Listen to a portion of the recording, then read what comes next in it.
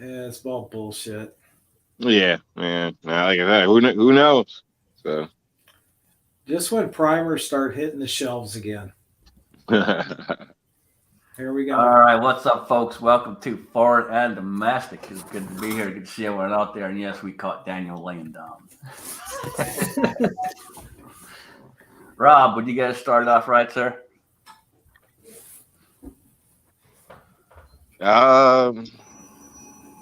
Thanks for coming. What am, what am I supposed to say? The pledge, brother, the pledge. Oh man, right in the middle of dinner. It's been a little while. Let me see. Pledge allegiance to America. Pledge allegiance to the flag Yeah, of the United States of America. I'm gonna pass here. My bad. There is no pass. Everyone's got to feel the pain. Well, at least it's Tyler's right. New York bitch. Come on, man. You got this.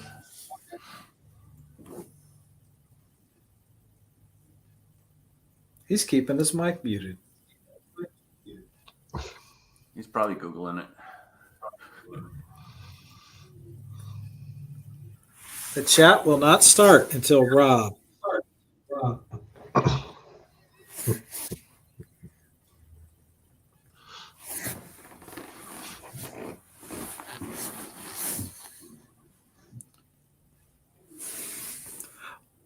Oh, he totally bailed? He backed out. So with that, I'll proceed. I pledge allegiance to the flag of the United States of America and to the republic for which it stands, one nation, under God, indivisible, with liberty and justice for all. All right. Thank you, brother. Oh, good to see you fuckers joining us out there. Yeah, Pistol Pete whipping it out. I mean, it's not rocket science, folks, but when you're, I guess, of a certain age, you weren't taught it in school. I don't think I was actually even taught it at school. I believe that was handed down to me by family.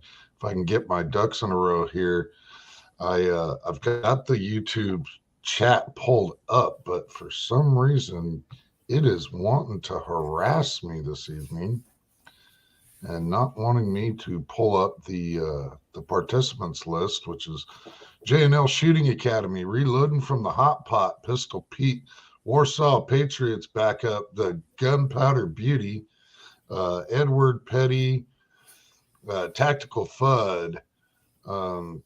We did have New York Outcast on the panel, but I think his pancakes took protocol.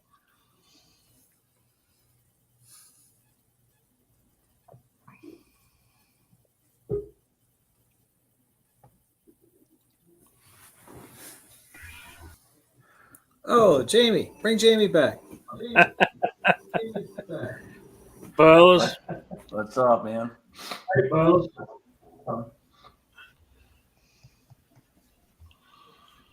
Good evening to you, good sir. How the heck are you?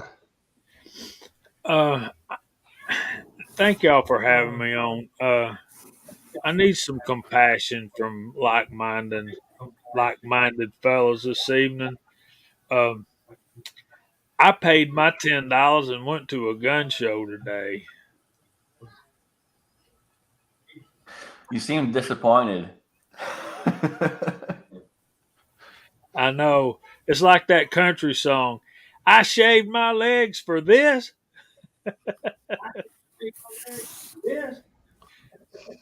So you got all dressed up for nothing. I saw one. Hey, Gunpowder Beauty. I saw some interesting guns, but they seemed overpriced. I almost bought some primers, but I remembered my brother Gene, and I decided I'm not doing that. So I'll buy some primers from Gene and his company, and I think I can make this. Can I do that? Not that y'all want me bigger. There we go. And I can do that too. Yeah, I saw a Shadow 2 for $1,300. Um, I know, right, Kingpin? Hey, Warsaw. Um, I did find on the used rack a CZP P07. Am I saying that right? PO7. That's yeah. But it was like, I can't remember if it was $3.99 or $4.99. But I thought, man, for that, that's rough. It was rough. It had um, it had a lot of scratches, a lot of holster wear and tear, a lot of If you look around, you can find them brand new for 450. yeah. That's kind of what I was thinking. Yeah, they're out there for about 450 brand new. I may have missed out on a deal. Tell me if I messed up. Uh, I've done blew my budget this month anyway. Some of you know what I'm talking about. But I saw a Ruger Security 6, if y'all remember those. 6-inch barrel, which is rare unto itself. Um, they had a price tag of $5.99 on it, and he said if I could pay cash, he'd sell it to me out the door, tax and everything, $450. I mean, outdoor 450 is not bad. Well, hey, all you had to do was call me, brother. Hey man, it's like this. Um, I have no use for this. The only reason I was thinking about buying it was for Kyle. He salivates all over them things every time he sees one of them. Oh, you could have sold it to him then for $550. Make a few.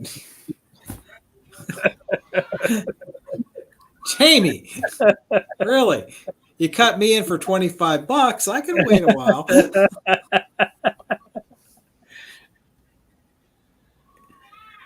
Yeah, J&L Shooting saying I missed a deal.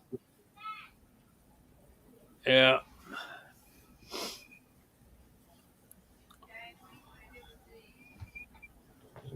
Yeah, Pistol Pete, those Shadow 2s are. I remember first time I started wanting to buy one of them. You could get them under 1,000 at that point in time. Not anymore. Not anymore. I picked mine up for just about that. Actually, if I recall properly, it was just under 1,200, and absolutely love it. It's like a fine jewel. I absolutely love that pistol. Well, if I understood what I was seeing from the CZP07, I think it was not a steel frame, but it was a steel slide hammer fired gun, and it was like I said, they wanted too much for that gun, and it was rough. I mean, scratches all over the handle and all that.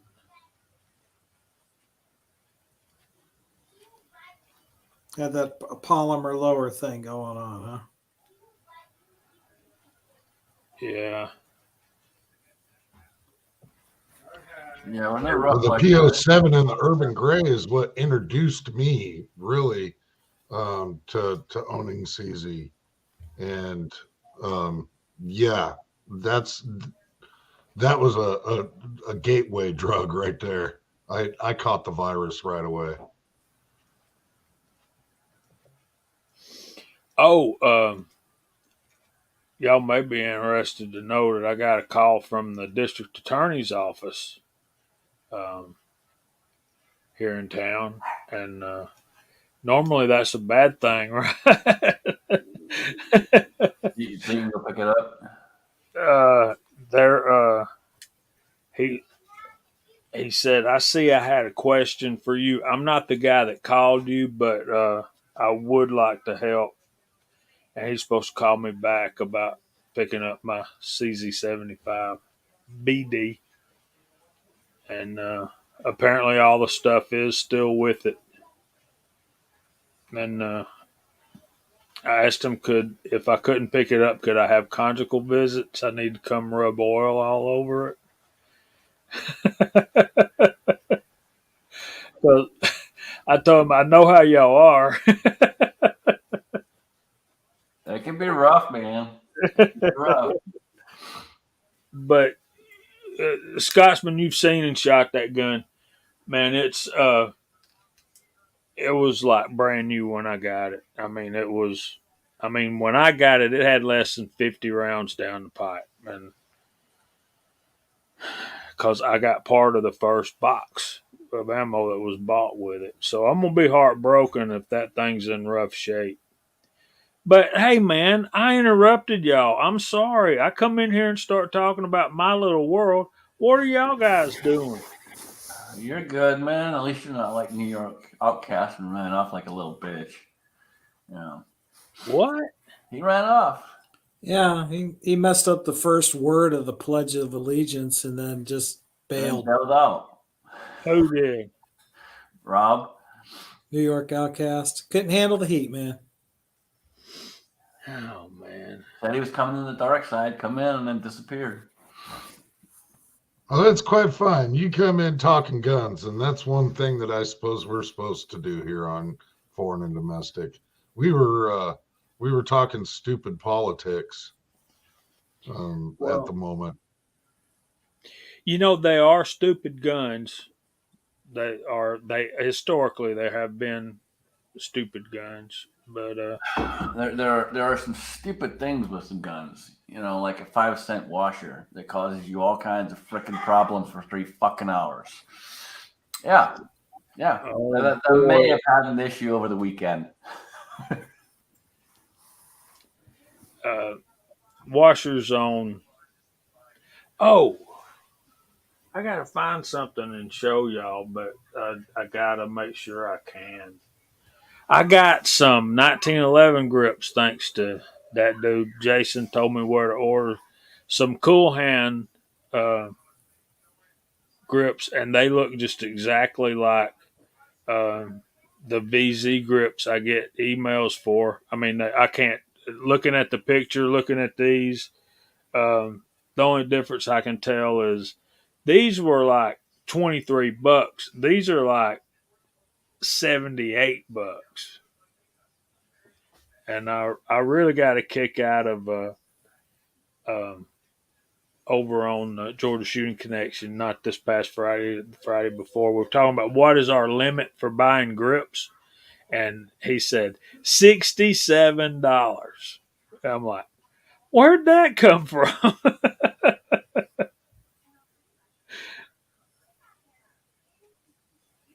Yeah, Warsaw likes them too. You know They're what I'm good wondering? grips, man. They're not expensive, but they're good grips. I want to know something because I haven't had or heard of any update yet. Guy with a beard. How's that new press in your life doing?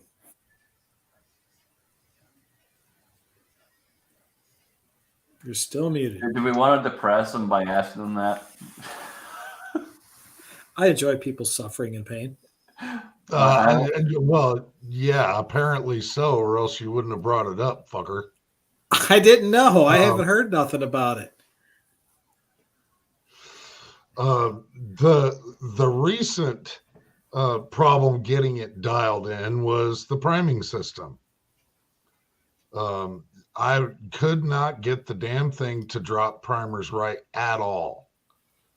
It was every time you go to pull the handle, primer would go back and it'd start coming forward, and there wouldn't be a primer where there needed to be. but there'd be 3 or 5 primers on the slide behind it. And so I messed with the magazine tube. I put a brand new end on the magazine tube and got it set right and tore it apart and put it back together and tore it apart, put it back together, going, this is not that complicated of a machine. Come on. But now I finally have that much of it figured out. I got that dialed in. But since then, I honestly haven't had a minute to do anything else with it. At this point, it should be ready to rock and roll. But I'm not 100% on that yet. Because the couple of test rounds that I've finally gotten to go through it, for some reason won't go into my plunk gauge. So I've got some more dialing in to do on it. It's been a pain in the ass, to tell you honestly. It's been very, very frustrating. You know, the thing is though, they're like a Swiss watch. Once you get them running just right, they'll run fine, and they'll be, you won't have any problems once you get it running. It's just getting it running. That's the issue. It's, it took me, when I first got mine, it was a minute, but you got yours used and it had all kinds of stuff going on with it. So yeah, so there's been a bit of struggle with it, and it kind of ended up, I'm just like, you know what, I'm pissed off enough at work. I don't need to be pissed off at home too. So yeah, it got put onto the back burner. I was going to start working on it yesterday, but the extreme brown bottle flu kicked in from the day before, from the evening before. So Kingpin, I love you. while you're at it, move to Maryland. Good God. Yeah, the thing has literally been a pain in the ass since it's just, yeah, it was missing a couple of little things. The way the guy had it set up before, I have no idea how he was turning rounds out with it. I don't know. But yeah, I'm pretty sure it's close now. All I have to do is some minor dialing in, but I just haven't messed with it at all this week. Get yourself one of these, bro. Yeah, damn it, Jamie! I took one of those down to put the damn thing up. Why? Did that one not work? No, it worked. It just, I know. it wasn't You have fancy blue. Right. Yeah. More, bigger, more money, more aggravation, bigger pain in the ass, right? Yeah. No, you guys that got the blue, drink the blue Kool-Aid. That's all well and good, but I understand they're great machines, but When they run good, they are. When they have problems, they're a pain in the rear end. That's for sure. well, from what I understand, if they do have a problem, you can call them up and make them walk you through fixing it step by step. Yep, you can. They also have a bunch of videos on their website and stuff like that, technical questions and all that stuff you can do. But if you get about 2 more weeks and you don't have it running, I'll buy it from you for $200. At least that you recuperate a little bit of your money. I'll pay shipping. Hell, I put that out there just as a finder's fee. No, she's gonna go. She's gonna go, and I know once she's dialed in, she's gonna be a beast. Pistol Pete out there, what are you guys running for EDC pistols these days? Well, that question needs to go out to the side chat as well. AC Dub, hope you're feeling better, buddy.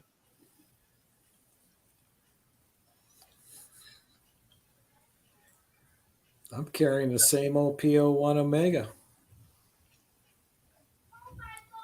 Actually, that gun shoots better in a tighter group than my Shadow 2. Uh-uh. Uh-huh. If so, so the you know, and a lot of people are against this school of thought, but I've got two in the rotisserie right now. The normal everyday is typically the 365 XL. Past that, if I'm wanting to carry a little bit bigger, I started carrying the X10.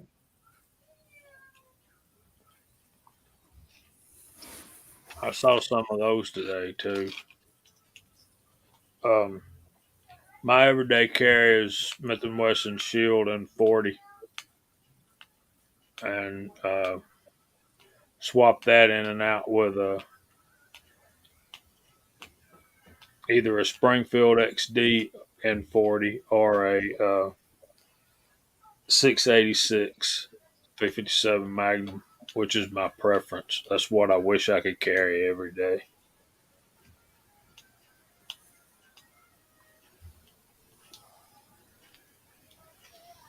I saw a Smith and Wesson 686. It didn't. They had it wire tied, so you couldn't tell what dash it was, what submodel it was. 6-inch barrel, $899.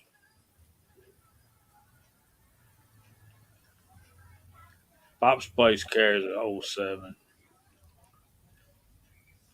Shield 45 and a Ruger Max.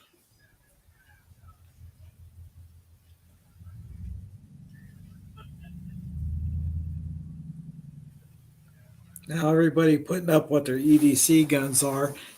How many times have you shot it over the winter? When was the last time you went out there and did some practice? Well, for me, that was day before yesterday. Um, just actually just a couple of mags. I had a minor bit of time between when I left work and when I had to go to a get together for work. Mm-hmm. So I popped out to the pistol range and ran a couple of mags through the 365 XL. Yeah, I made a little road trip. I went down to that Cardinal Shooting Center Friday. This time they were actually open. The first time I went, I thought they were open on Wednesdays. They weren't. So that was just a drive down. So I went down there Friday, shot about 100 rounds, talked to the two gals that were running they were running the range, taking the money and just keeping an eye on the place. And I tell you what, there are so many new bays being built, and that place is going to be massive. I can't wait till it's all done. But it was just me and one other young guy shooting that day. So One other young guy. yeah, he's probably in his late 20s. You and some young guy. Me and some young guy he was shooting on the other bay. I went over there. I just popped out a couple hundred, about 100 rounds. But I think he must have gone through about 300 or 400 rounds. He lives in town and he's forced to have to go use a club. So he was out there getting his money's worth. But I've been looking at up there in Crawford County. I mean, to go up there and do a shoot, and they're not even listed on practice score now. They were a couple months ago, but they've disappeared.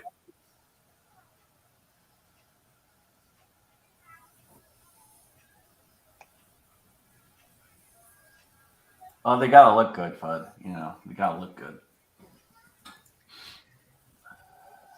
It's interesting. I saw 6 shooters videos earlier this morning, and You want to watch the guy walking around picking up brass. Dude, that guy was right on the rear of everybody. It was ridiculous. Like, dude, you're in the way. He was doing some cowboy shooting. It was just hilarious to watch the guy behind him.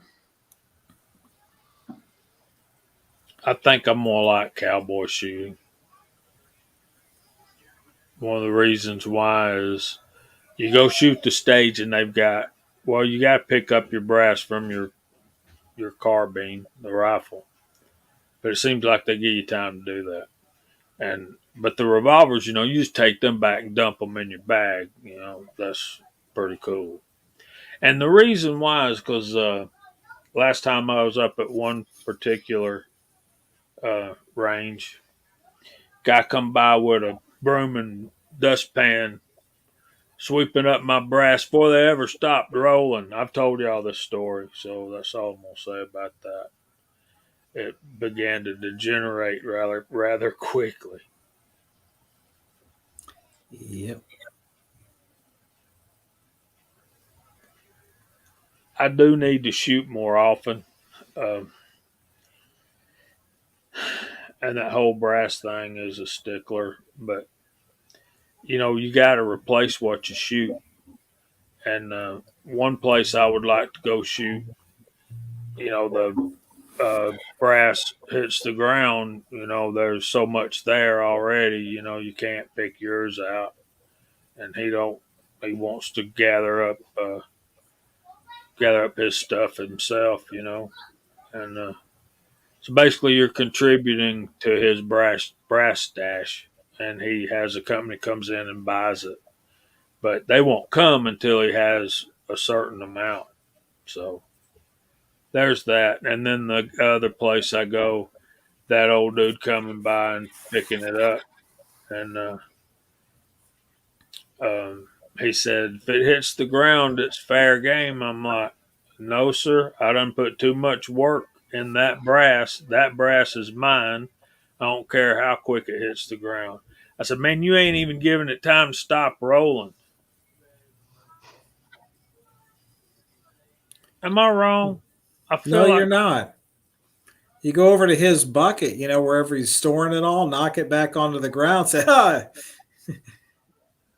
just start sweeping it up.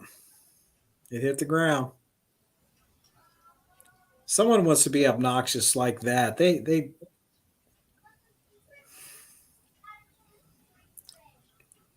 I'm surprised they haven't run into trouble a lot sooner.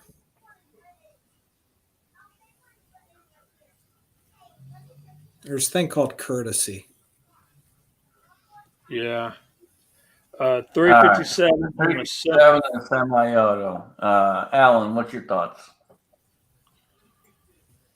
I would run it. I would absolutely run it. I don't think it would absolutely have to remain. If they can come, they can make it happen, I'd run it. Yep, I agree. Daniel, what about you, man? I think. Never owned a 357, so You shot a couple. I just of know them. I would. Yeah, I've shot a few of them, and I know that I would like to have a nice old 357, but that has nice smooth I triggers. know the one you want. How you doing, Jamie? I know nothing. It's your fault. Yeah. But yeah, I mean it would make a grip a bit bigger. They did. Kunans and Desert Eagles were 357s, and they were big size grips. But I got big size hands, so wouldn't affect me that much. And some of the 5.7s that are coming out now, those things are some pretty fat grips, and a lot of people can't shoot them. I'm real comfortable with one of those in my hand. I don't know. We had 357. fun with Milcert Mike, and you were shooting the 50 pretty good. I just think those 357s need to stay in wheel guns just because they're so smooth shooting and they make just one little hole. Oh, yeah. I like it. Yeah, um, I think the the inherent problem is the rim. Obviously, Desert Eagle Coonan obviously has overcome that, but I think when you put that cartridge in a semi-auto, you are taking away its inherent accuracy. I don't see. Um, Maybe it's me, and I know that it is, but I don't see the kind of performance I get from my revolvers in semi-autos.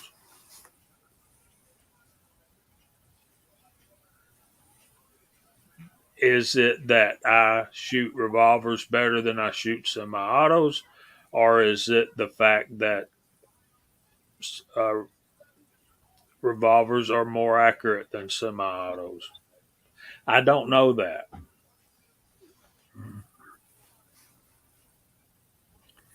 Well, Jamie, Fuzzy there has a point. That's the thing. It's a good brass saver. Yeah, you if you lose your brass, it's your own fault.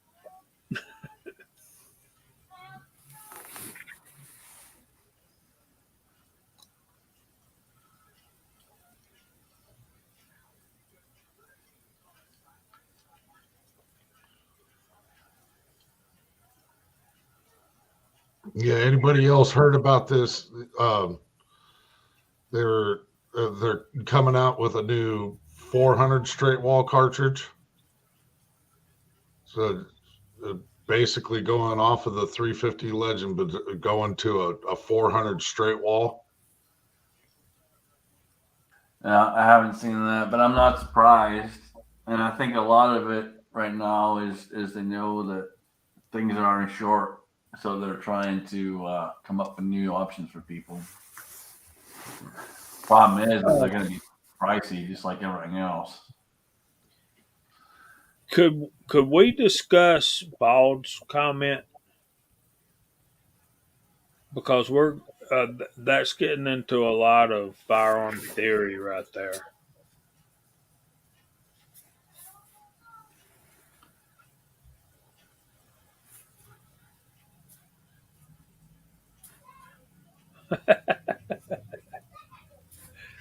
Okay. Um, you got everything locking up on your semi-auto, and then when you pull the trigger and that cartridge ignites and the bullet starts going down the barrel, then everything else starts moving on the inside and all that. Uh, then it has to lock up to shoot the next one.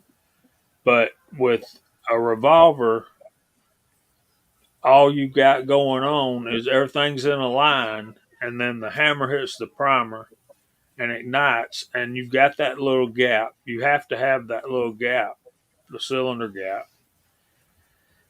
But I don't see that um, that big an issue, especially with 357 Magnum. I think the whole concept of how a semi-auto works detracts from the accuracy of the round.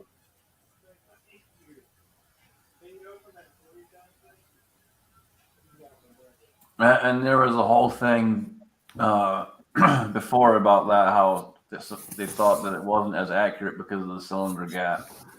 And then you got the Nagant pistol, and that was where that came from, that concept where it closes the gap as it fires. But that's a double action trigger pull only, though, is it not? Crap, I don't remember. I haven't had one in my hand in a while.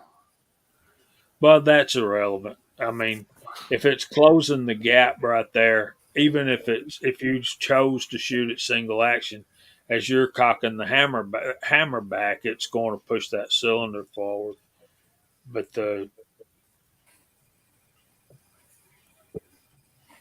hey Val and Kingpin, what's up, guys? I'm no expert, but I did stay in the Holiday Inn. Express last night. No, Miss Kitty, my argument is that a 629 is inherently more accurate than any semi auto. In general, not any, but in general. Uh, I'm gonna say it's not because it's a revolver. It's probably the ergonomics and the single action trigger that has a lot to do with it. That would be my argument.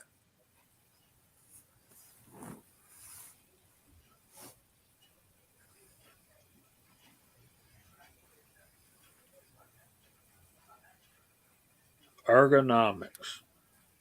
Well, no, the revolver's got a unique ergos, but I can definitely print out a nice groove with my Wilson Combat 1911.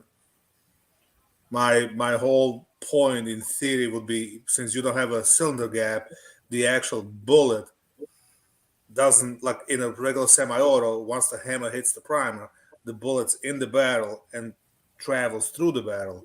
Unlike in a revolver, the hammer hits the primer, bullet partially travels through the cylinder, forcing cone, and then it goes through the barrel. So there's a little more going on as far as the flight of the bullet. So chances are something may affect the bullet a little bit more, and they might in theory be less accurate. But like I said, in theory. I think from what you're saying is now, I like to get my bullets almost up there on the lands of the barrel in my semi-auto, to where they hold a tighter pattern and they just shoot better. And it's the same with, and it really shows up in rifle. So what you're saying about that with the revolver, obviously it is way back from the lands and grooves before it engages them. I can see that part as far as your argument. I just know that some of these old Smith and Wessons and Colts that I've shot, where I could shoot them one-handed at 50 yards and hit 8-inch steels. But that's the older revolver guns. I haven't been shooting these newer ones. Does the barrel and the semi-automatic move as the bullet travels down through it? Does it vibrate, or Everything does it lock vibrates. into position? Like as you lock the slide, does it lock the barrel in position? Mm-hmm. Yeah, once the slide is locked, everything is locked up. There's definitely some movement, a little bit, but it's just a barrel harmonics. Yeah, that's kind of what I was leaning toward, like basically microscopic movement, but more movement than a barrel and a revolver that doesn't move at all. I think it's more than microscopic, Kingpin. Um, I think the longer the barrel is, I also think the thicker the barrel is, the more it's controllable.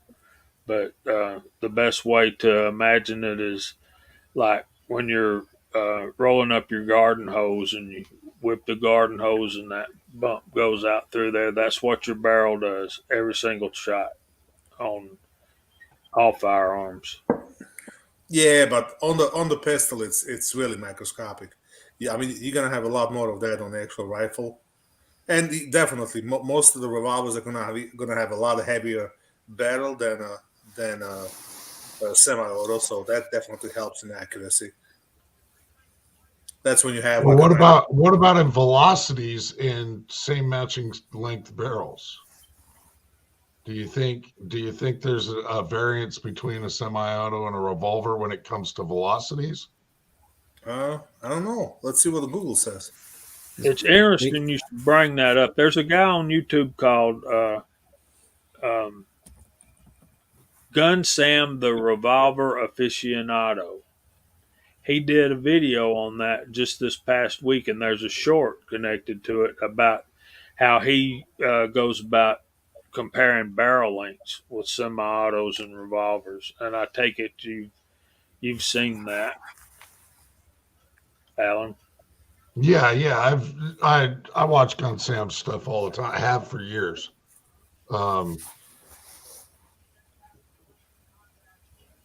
Wait a second. Hold up. Do we have comparable tests? Like, because we were just talking about 357, 38 special. Those are rounds that you would generally think in your mind revolver rounds, where 9 millimeter and 45 or 40, you generally like think semi-automatic rounds. So, is there guns out there that will? Is there a revolver out there that'll shoot a 9 millimeter that you could compare to a 9 millimeter pistol to keep the same ballistics down as well? Yes and no. There's several convertibles. You can buy a Ruger Blackhawk in what they call a convertible that you can change the cylinder out, shoot 9 millimeters in moon clips or 9 millimeter and 38 and 357s. Uh, the difference is in the comparing the barrel lengths. Now, when you take a 4-inch revolver, you've got 4 inches of barrel out there from the front of the cylinder, well, through the frame out to the end of the gun. Um, when you talk about a 4-inch semi-auto, you're talking about the chamber as well. So you may have a 4-inch barrel, but you've only got what 3 And a quarter. yeah, of actual. No, you've got less than 3 inches on a 4 inch of actual rifling inside the gun because you got to have the chamber, you got to have the free bore. So what you're looking at there is the length. Your ogive, well, the length of the brass plus the length of the bearing surface outside of the brass, um, minus the 4 inches of the barrel length. So Well, that for the sake of argument, if you take a 4-inch revolver with the 5-inch 1911 barrel, it's gonna be give or take, maybe eighth of an inch difference. and and that exactly is what Gun Sam's argument was. A lot of people were complaining because he would compare a 5-inch revolver, a 5-inch semi-auto with a 4-inch revolver, and then he got that short that we're talking about. Yeah. Explains his reasoning, and it's basically just what you said. So basically, to sum that up, in a semi-automatic pistol, the removable barrel, which we're all familiar with doing a field strip, the actual length of the entire thing you have in your hand is 4 inches. And what you're saying is they're not taking into account the chamber part, which really isn't quote unquote barrel. Whereas a revolver, the entire barrel is quote unquote barrel.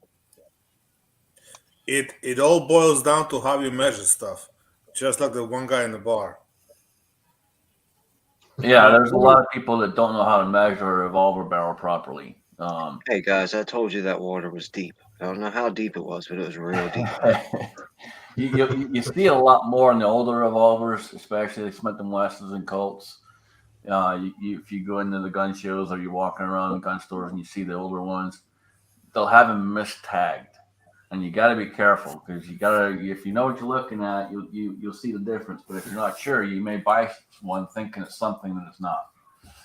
Let me explain you in layman's terms, okay? So there's this guy in a bar, and he's betting people that he's got a dick bigger than a cat that's running around the bar. So a bunch of people gets in, and then they measure the tail of the cat. It's 8 inches.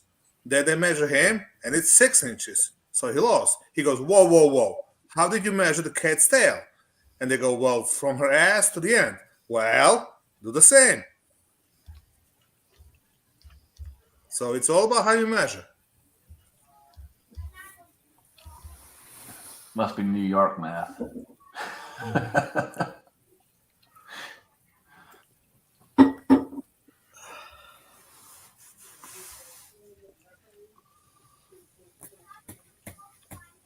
No, Gun Sam's got a great channel.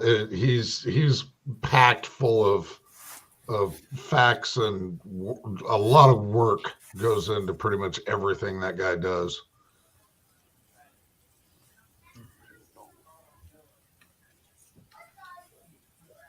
I wish I had the time and energy to do all the tests. I would not do.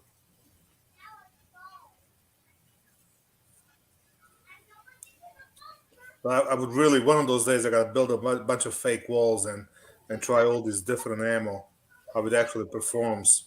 God forbid you got to use it inside the house. I want to see what behaves how.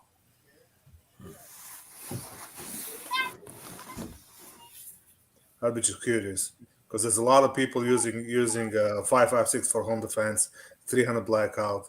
I know they do make a special rounds for home defense for inside, something that tumbles on the impact and all that. But I will be still curious, like how much of a material, because basic house, there's not that much material in the wall. You got 2x6 walls, you got 1/2 inch plywood insulation and 1/2 inch sheetrock on the inside, and then whatever siding or brick or whatever you got on the outside. So I'd be just curious. Just start with a bullet that's already tumbling. Then you don't have to worry about if it's going to tumble or not. All right, so send me a couple of your bullets then. You still have plenty of them. Most indoor shooting, it's going to be measured in feet, not yards. I've been thinking about this, the discussion you guys have been having about that. Now, anybody can put a nice, clean hole in a piece of paper. Doesn't it take a little bit of skill to make it look like a keyhole? Not if you do it like some YouTube shooters do. I mean, they're actually taking ink pens or pencils or whatever and poking holes in the target No. and then putting it up like that. So if you're doing that, no, it's not that big a deal to make it look like a keyhole. Jamie, when I first started the channel and was putting up some shooting vids, I was taught by the master on how to cheat when you're to make it look like really tight groups. You go up, you get the camera, you go up there, you shoot one hole or two holes in the target, and then you shoot all the rest of your bullets over the top of the target, and you walk up there and you got like a dime size or a nickel size or quarter size group. That's how you do it. And I will not tell you guys that it was Fuzzy that told me how to do that. It's funny when I bring that up, and I did not call any names. The first one who says anything is dead. I just made friends with a really good shooter at the range, and I always volunteer to take his targets down for him. That's a good one too, Kingpin. Well, you got the what's it called, the solid copper projectiles. Who makes the ammo? Milford Mike sent me a couple of boxes. Shit. Yeah. And the ammo was designed pretty much to tumble on impact. They don't fragment. They're not hollow points. What the hell is the ammo called? Shit. I tell you what I'm getting, Val. I'm gonna get me a 18.5 inch pump shotgun and shoot buckshot in it. I can't see that. Fort Scott Munition. Yeah, that's it. Right? Yep, that's it. Sorry, Ed. Sorry, Jamie. But yeah, I think a pump shotgun with buckshot is probably your best bet for home defense inside the home. Here's the problem with this, right? So a couple of weeks ago, a buddy of mine calls me up. He goes, "Oh, I got this Chinese couple. Can you take them out and show them how to use a shotgun?" Blah blah blah blah blah. So I was like, all right, no problem. So they call me up. I take them out, and their English was a lot worse than mine. Okay, and the lady was freaking 5 foot tall, 90 pounds, soaking wet. So regular birdshot was throwing her around, and before they left, I was like, you both of you have to try at least one buckshot. So the guy was a little taller, but still, typical Chinese guy, a little scrawny. He took it like a man, but he felt it. That Mossberg flew out of her hand. I was standing behind her, and I just grabbed it at the last second. It just knocked her on the ass. At that point, I told her if he has to use it in home defense, don't even bother aiming, don't even bother putting against the shoulder. Just tuck the stock underneath your elbow, tuck it in, and just fire. And actually, with a couple of bird shots, I set up the target like 10 yards, and I told her, don't even aim, just point the gun and shoot. And she was able to hit it. So my problem with the buckshot is, okay, for me, you, Allen, Scotsman, and whatnot, but somebody smaller, now we got a problem, and now we got a decent sized pellets that are spreading out, and they're flying all over the freaking place. So, and if you got to shoot across the room 20, 30, 40 feet, now they spread quite a bit. Well, this is the thing. 9 millimeter. What's your speed on? What's your muzzle velocity? Well, 147s will run around 900 feet per second. Well, with the buckshot, you got 9 rounds of .333 diameter, and I don't know what they weigh. I've got some. I just don't care enough to weigh any of them. Unless y'all really, really want me to, I will. But that's running at 1250, and there's 9 of them coming out of there with one squeeze of the trigger. And I think, respectfully, Val, you might have went about it wrong by teaching them to shoulder the gun. You want to point that from the hip and shoot it from the hip. Just point it, let it go. Oh no, that's absolutely what I told her to do. Just go right from the hip. I mean, don't take me wrong. I have my home defense guns. I have a 9mm pistols all over the house, but in my bedroom, I also have a shotgun. So I'm not the one looking for a fight, but God forbid you have to go out of bedroom, do whatever, because my son sleeps downstairs. So whatever you have to go. The last thing I want to do is leave my wife defenseless. So at that point, she grabs the shotgun because it doesn't take a whole lot of skill and a whole lot of aiming. And basically the whole scenario is if something else comes through the door and it's not a family member, just keep blasting. There you go. But, I also have to think, about the neighborhoods. Now, question is, now this buckshot flying at 1,200 feet per second, what happens when she misses? Or only one of the bullets hits her. Now you got the other ones flying all over the place with the velocity of the 9mm. So that will definitely go through a couple of the sheetrock walls. So that's what I'm saying. One of those days, I'm gonna take like a scraps. Like if I ever build a house like in a little more remote area with no neighbors, then I would just go crazy when the sheetrockers are done and just go and blast a couple of rounds. This way, tapers can just fix up the holes and nobody knows nothing, But other than that, one of those days, I'll just build a couple of fake walls, bring them to the range, and just go to town. Well, to do it right, you got to get one of those ballistics dummies too, with all the organs and everything, so that you can see if a projectile goes through a body and through a wall as well. Yeah, I'm gonna go whole grand tumble because my channel has 700,000 subs and I make a living off the freaking YouTube. And Mr. Beast comes over to me for advice. Just for financial advice, right? You know how to build the walls to a house. I mean, don't you make houses for a living? I don't make houses for a living. I build houses for a living. Whatever. But you haven't mentioned the insulation, the siding on the outside. I mean, go whole hog on this thing. Yeah, but that's what I'm saying. Insulation, maybe the regular vinyl siding, it's nothing. If you can cut it with a razor knife, it's not a bulletproof thing. Don't take it easy on him, Daniel. Let's just get down to it. Val, you've got a house right now that's got all the walls and sidings and mirror and 2x4s and electrical and insulation already in there. So just take a bunch of rounds and go start dumping. And it's in a nice remote area, so you're set. Well, I'll tell you what. You come over, buy the house, and right after the closing, I'll go in the house and I'll go nuts with every gun I have. You take a check. You know, I take a check as long as it clears. Yeah. Oh no, you got to start shooting as soon as that check is signed, not when it clears the bank. Yeah. Listen, I was born at night, but not last night. I've been to Daniel's house. I've got one of his checks. Probably, I leave them laying around all over the place. But I only leave the minimum amount in a bank that I have to. I spend that stuff as fast as I can get it.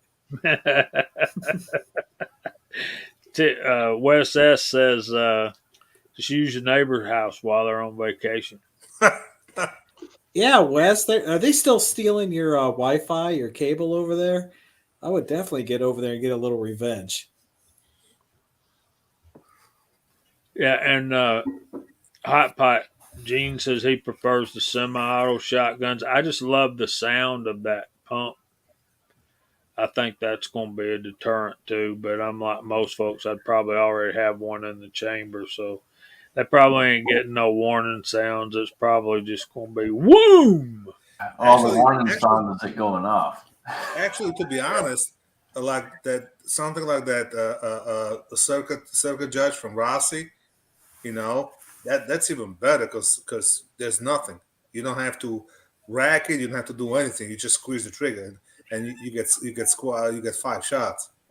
You know, yeah, it's only 410, but it'll get the job done. Okay, this is my question now.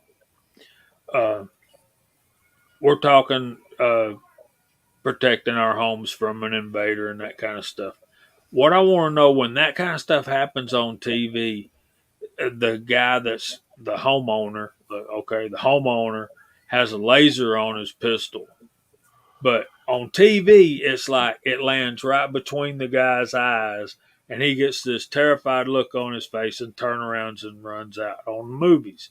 Now, most people I've seen who have a laser on their 9mm, whatever, when they put it up, this is at the range now, and they're aiming, and that thing's going all which ways, just like crazy. I mean, you can't hold the little thing still.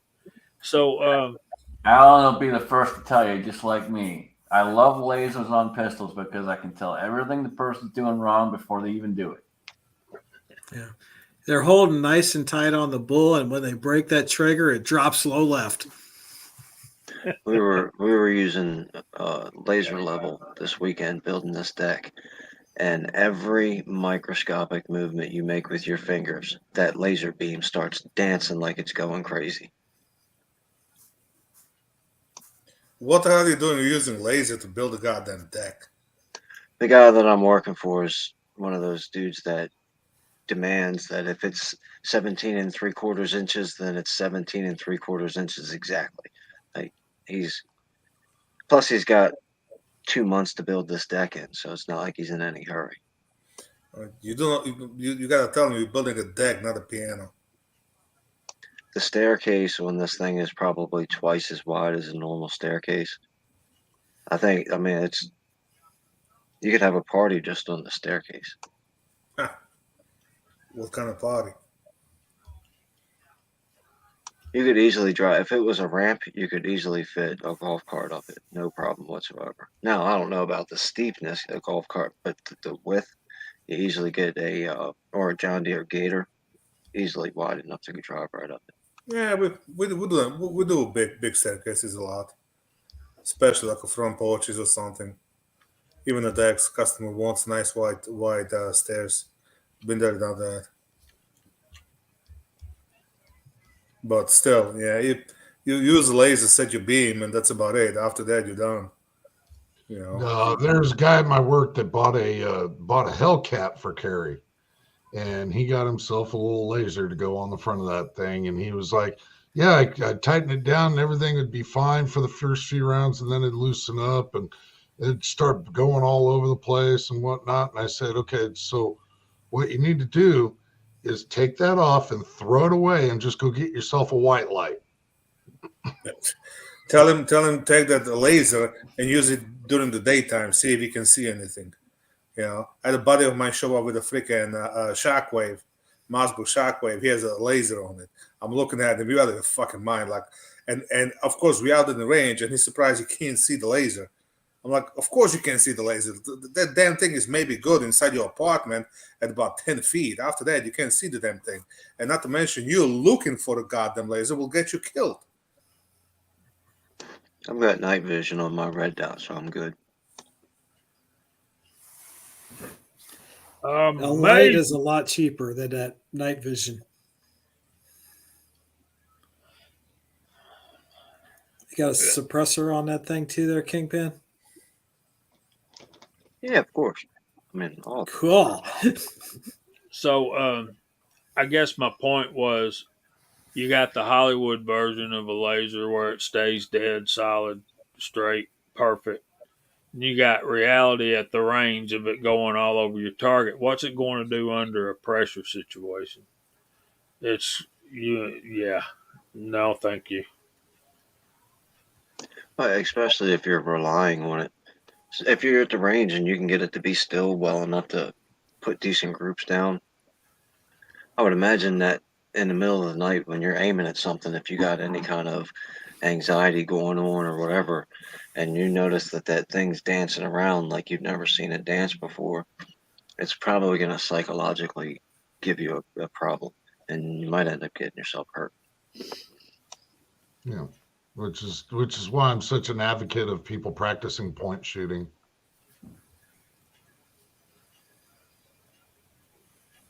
Point shoot and then get yourself a trainer that will work with you and get your blood pumping and get that adrenaline going. Get yourself a dog. The dog will start barking long before the goddamn somebody wants to kick the door in. Gives you a few more seconds. It does. I got 2 dogs sleeping by the front door, and even an animal that goes by, they go nuts. So, you know what? If middle of the night those 2 dogs start barking, I'm grabbing a goddamn gun. My dogs bark about 3 or 4 times, different times all through the night. They hear a bump. Come on, it's a skunk or a raccoon out there. Nah, mine are pretty good. I mean, during the night they're pretty good. I mean, if they start barking at night, then it's usually something bigger, something serious. So they're pretty good on that. Oh, my dog! I'm talking about my dogs. They'll just start about 2 or 3 times during the night. They'll bark and start barking. We just kind of sleep through them. If they start chewing on something and growling, okay, I'll get up and grab the gun then. Probably too late. You probably need to go down there and rescue the perpetrator. Yeah. Oh, I've come home to blood in my laundry room before. Broken back door and there's blood all over the laundry room. Just said, good boy. We come home to blood from time to time, and sometimes, like yesterday, we were sitting right there and our dogs start bleeding. I feel sorry for somebody that they don't like. These 3 dogs that my friend has attack each other like they hate each other. And right now, the puppy has got 4 puncture wounds in it from where the female just bit him right in the face. And they're buddies. They're in there laying on top of each other, licking each other in the face right now. So I'd hate to see what they do to something that they don't like.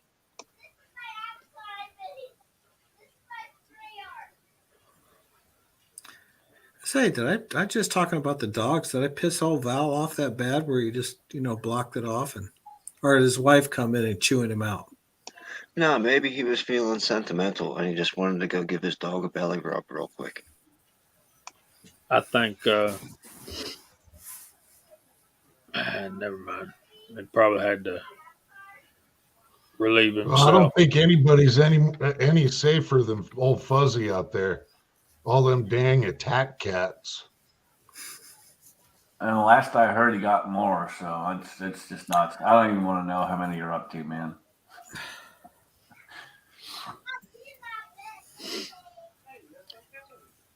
Hey, don't be making fun of cats. They'll chase the bed away. Oh, cats are like I grew up. Cats were fantastic targets. 22 Magnum, 7 feet up, 7 feet out, and they stop. That's it. Oh man, you're a killer. So I People, guess the Chinese food liked you when you were a kid. 'Cause I was their biggest competition. you supplied their chicken. No, we would actually the Australians would buy the cat pelts. My first job, I worked in a fur house. All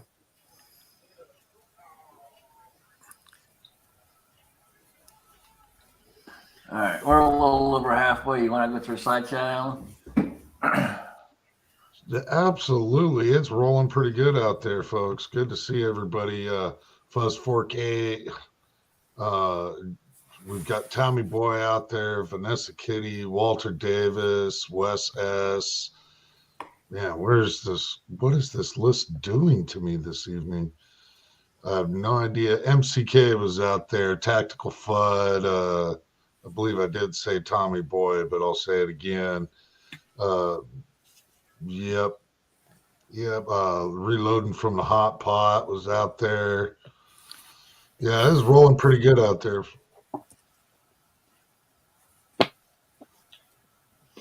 So earlier, Tommy Boy said number 4 buckshot was about ideal for inside the house use for defense. Tommy Boy, how you feel about number 4 in 16 gauge and 20 gauge? Just for all around buckshot use. Hey, Where I live, I'm not worried about over penetration in walls or anything, so that's a big factor in what I have. But after seeing Grant's video on that 4 gauge, yeah, that's the shotgun I'd like to defend my area with. I tell you what, you hit somebody with a birdshot, he'll think twice about his next life decision.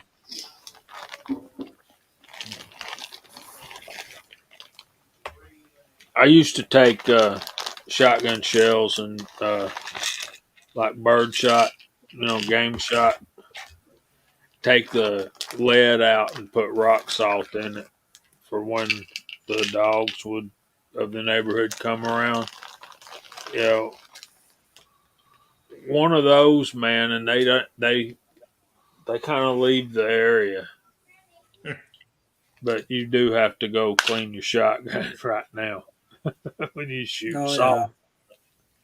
Well, we did shoot the Skittles from through 12 gauge at the farm.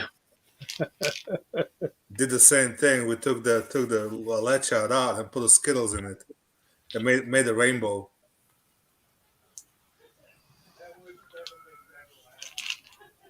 I wouldn't have thought you guys would have liked the whole rainbow thing, but Well, a bunch of dudes together. You never know. I know it's scary, ain't it?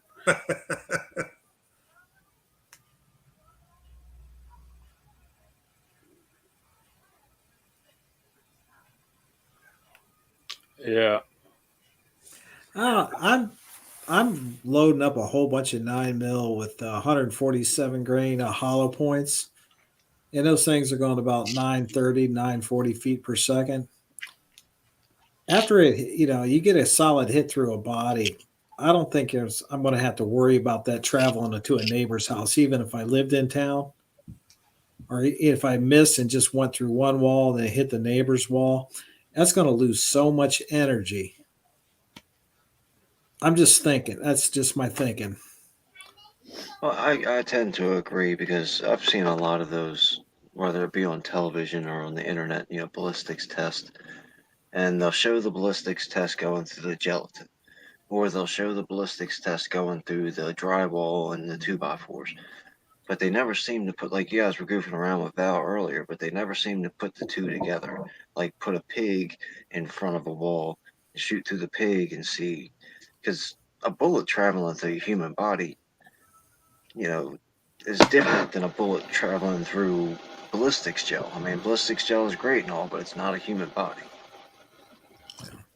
Well, it's The supposed human to be as body. close as humanly possible to a human body. That's kind of the whole idea, you know. Yeah, but a ballistic gel doesn't have tendons, it doesn't have veins, it doesn't have organs, it doesn't have bones. Well, then maybe you should get a couple of death row inmates and use them as a ballistic gel. We got pigs that we can do that with, pigs or, monkeys or whatever other kind of, dead animals that die at the zoo or, people's pets that die and they want to donate them to science and different stuff like that. Kingpin, go out there, pick up some roadkill. All right, tie it up at your range by the tail, and shoot through that sucker into some drywall and see how it penetrates. Okay, I'll be right back.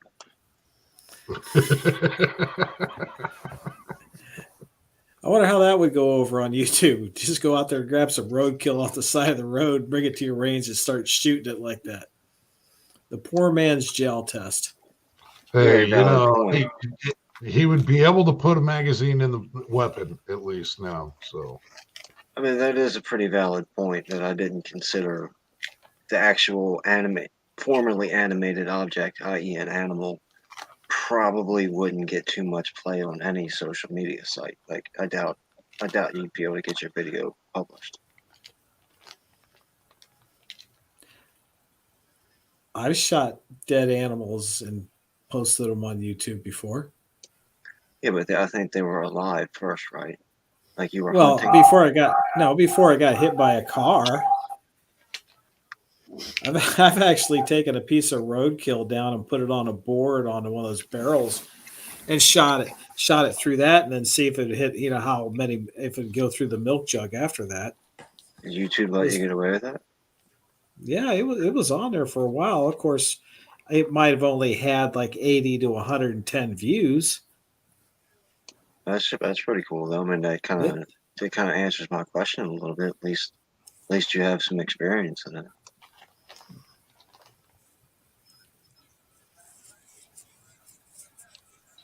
yeah, there's lots of different medias the guys use out there, and yeah, Gun Sam he'll use packages of bologna and put up pieces of plywood and drywall and to try to simulate going through a wall and into whatever media, and then has like water jugs back behind that.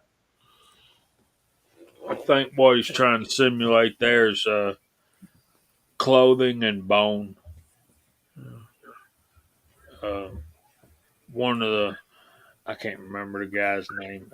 I know his name. Y'all know the guy. Ex-military guy, does all these videos. He uses a, a a target pack that he developed. It's like denim, a rack of pork spare ribs, then oranges or something to simulate lungs. Y'all know. That's a whole dinner over there. Grand Thumb. No, that's the Paul Harrell, target. Yeah. Yeah, Paul Harrell, he's got a great video, but I usually fall asleep halfway through them. Well, a little side tangent, if you guys don't mind. I like conversation. I think words are very important. And if you listen to the conversation that we're having, and we've had a million different times about ballistics and about, whether or not you should use reloaded ammunition for self-defense and what's going to happen with your wall and your neighbor, nobody else is having these conversations. The people who pass all these gun laws and are anti-gun and scream about how dangerous we are aren't having these conversations. We are having these conversations. So there, once again, is a check mark on our side. We're right, they're wrong. Don't be afraid to admit it and shove it in their face once in a while. Let me back up for a second. You said you like words? Absolutely. Conversation. Words are extremely important. Every goddamn comment on my videos from you, it's either thumbs up or good job.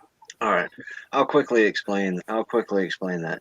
YouTube, Susan isn't the biggest fan of my commenting throughout my career in YouTube.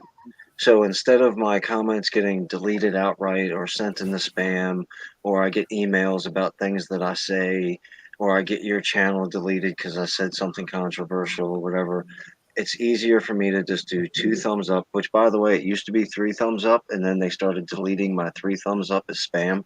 So I had to cut it back to 2. And then nice is just kind of my way of saying, hey, I watched your video and I can't comment because I don't want to get it deleted. He does it to everybody, so don't feel bad. Yeah, I know. Extremely, extremely valid. I don't know how many times I've left like a 1 sentence comment on somebody's video and 5 people jump on me like they're getting ready to just, it's like, really, people, it's a comment on YouTube.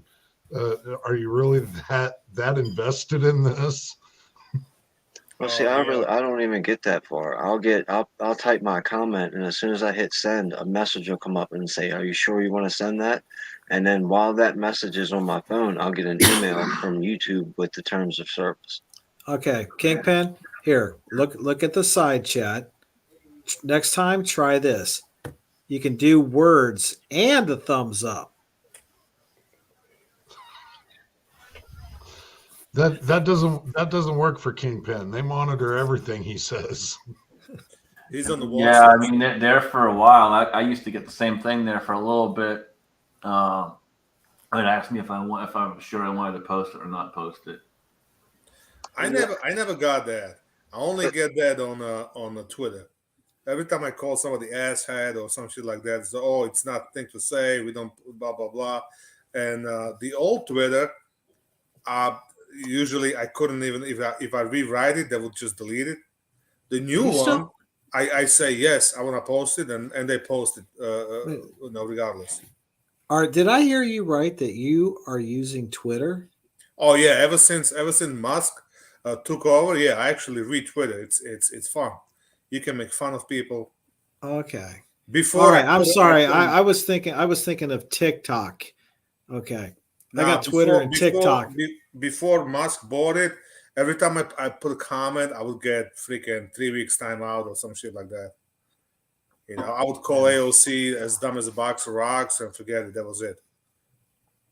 The comment section on my channel, like if I put out a video and you leave a comment, I can either open the video and go to look at the comment section, or I have to go all the way into my YouTube studio to look at the comments. Like, when you get notifications that somebody put out a new video or somebody commented you in that notification section, I haven't had that in 3 years. They took that away from me 3-4 years ago.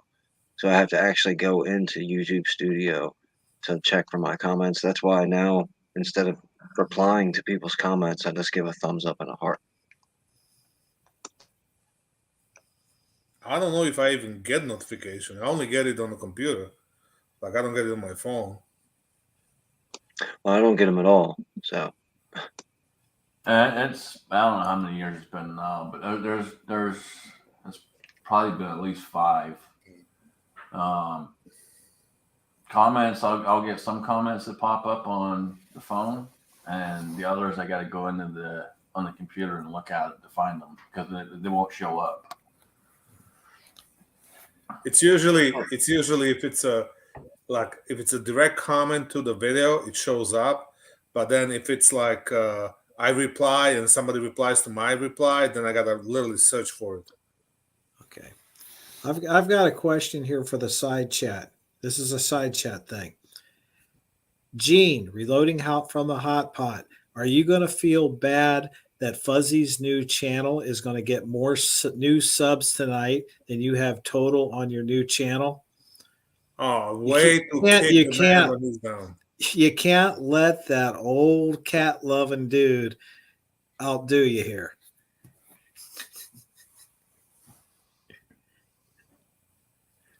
I'm just seeing all these people. I just see all these people in the side chat. Hey, just subbed you, Fuzzy. Just subbed you, Fuzzy. Come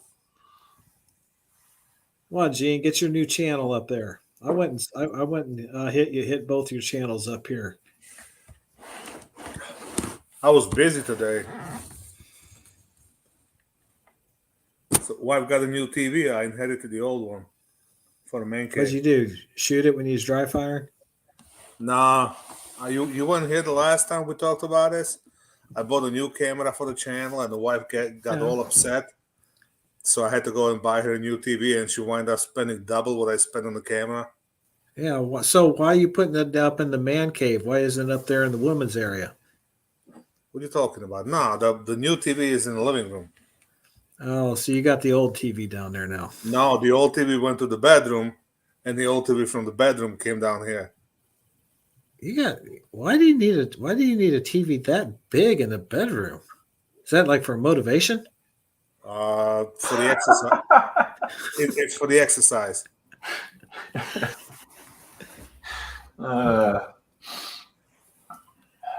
And now I got an old TV sitting there, and that old TV is almost 18 years old. I just gotta give it away to somebody. Still runs, but it's got a line through it.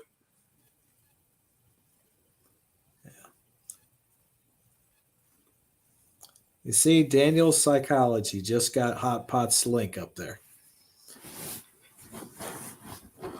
Oh, Hot Pot must be running behind on the chat because I was talking about that like 5 minutes ago.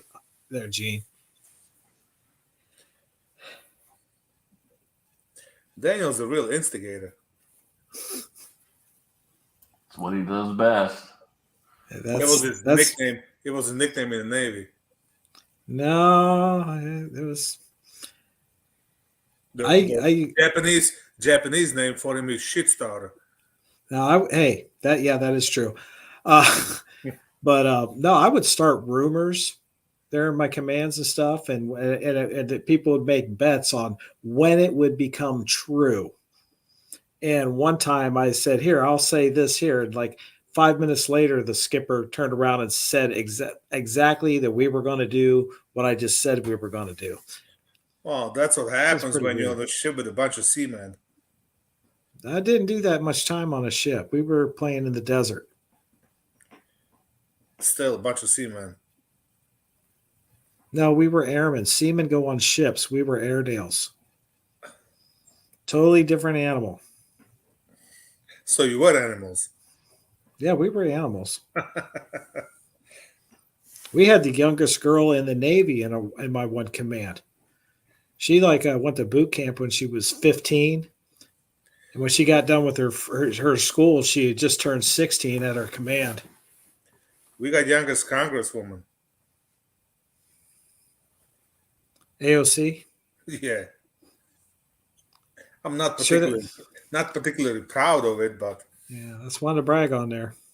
Wow, AOC's she had that great working history of working at what was it, Wiener on a Stick before becoming a congresswoman. Imagine that. You finish the college, the best job that you can land, and at 28 years old, she's been out of college for a few years. So the best job you can land is being a goddamn bartender, and then you go from there straight to freaking Congress. Imagine that. How is that possible? Land of the free, home of the brave, home of the free, great opportunities. Well, she's definitely good at something. And then she gets all the racist remarks, but she's marrying a white guy. You ever see that heckler? That the guy was like doing a live thing in front of the Capitol building, and she comes in with her fiance, and he's like, "Oh, there it is, AOC. Look at her, beautiful, that big booty Latina. She's so beautiful." And she comes, she says something to the guy and walks away, and the fiance just keeps going. He like forget it. Hey, I'm just glad that I can say my congressman is Jim Jordan. And just for the record, as a delegate of the white male race, I will accept that AOC's partner is white, but we will need to verify that he's an actual man. That part I'm objecting to. Kingpin, how can we tell that you are an actual white male? You've never shown your face on YouTube that I know of. I met him. I can attest. He's well. I didn't see everything of him, but he does look like a male. I didn't check. I didn't check like all the organs and all that, but from the outside, he does look like a male. Well, I don't know. You are from Picture is Russia. and Self-explanatory. The Yeah, right picture there. is self-explanatory. He is a white male. Definitely. Bowling. So bowling is racist. It's possible. Yeah. Did you hear the school? Some school was for the lunch. They were giving kids a waffle and chicken and watermelon, and then there was like a whole controversy because it's a Black History Month, and somebody apparently went ape shit. I'm like, Jesus Christ, we got so many problems, and you worry about that shit. I would comment it that they were missing a grape soda. It's anyway. Let's switch the topic. Let's go back to guns. Oh, by the way, before I had one idea for a T-shirt I was gonna make. I was gonna have a T-shirt with my logo, and it says on top, "I'm not bald." On the bottom would say, "I'm trans hairy." Sounds good. Go for that one. I'm sure they'll go over well in New York. Yeah. It'll be a major seller, and you'll probably get a government grant. I already got a government grant.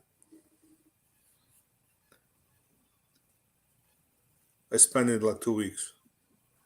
Paid the bills. So who's getting ready to go shoot some competitions this spring? Yeah, I can't wait. Oh, We so got. I mean, sounds so the good. way the weather is around here, if it's gonna continue, hopefully they're gonna start in March. Otherwise, it's not till April. I mean, the whole week was 50 degrees over here. Oh, it was a beautiful day out here today.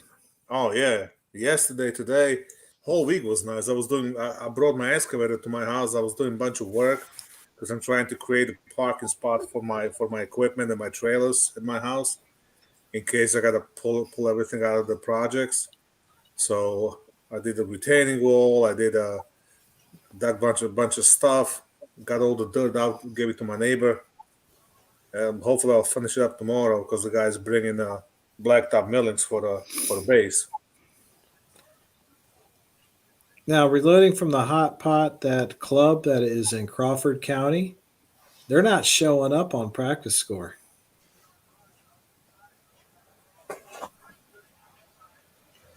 Look for the actual club, not for the events. I went to the club. I mean, I went to the club, Yeah, not so physically on practice score. I yeah, came when up you go and it's not. when you go to the club on the practice score, you hit follow the club because they might not be might not show the competitions yet because a lot of clubs don't really post that until a week or 2 weeks before the competition actually starts. I mean, some of the clubs will on the beginning of the year they will post all the competitions for a whole year, but a lot of them, like around here in Massachusetts, there's a bunch of like a nice clubs, but hard to get in because they literally post the match like 2 days before, and it's just for the people they know about it and they sign up and that's it.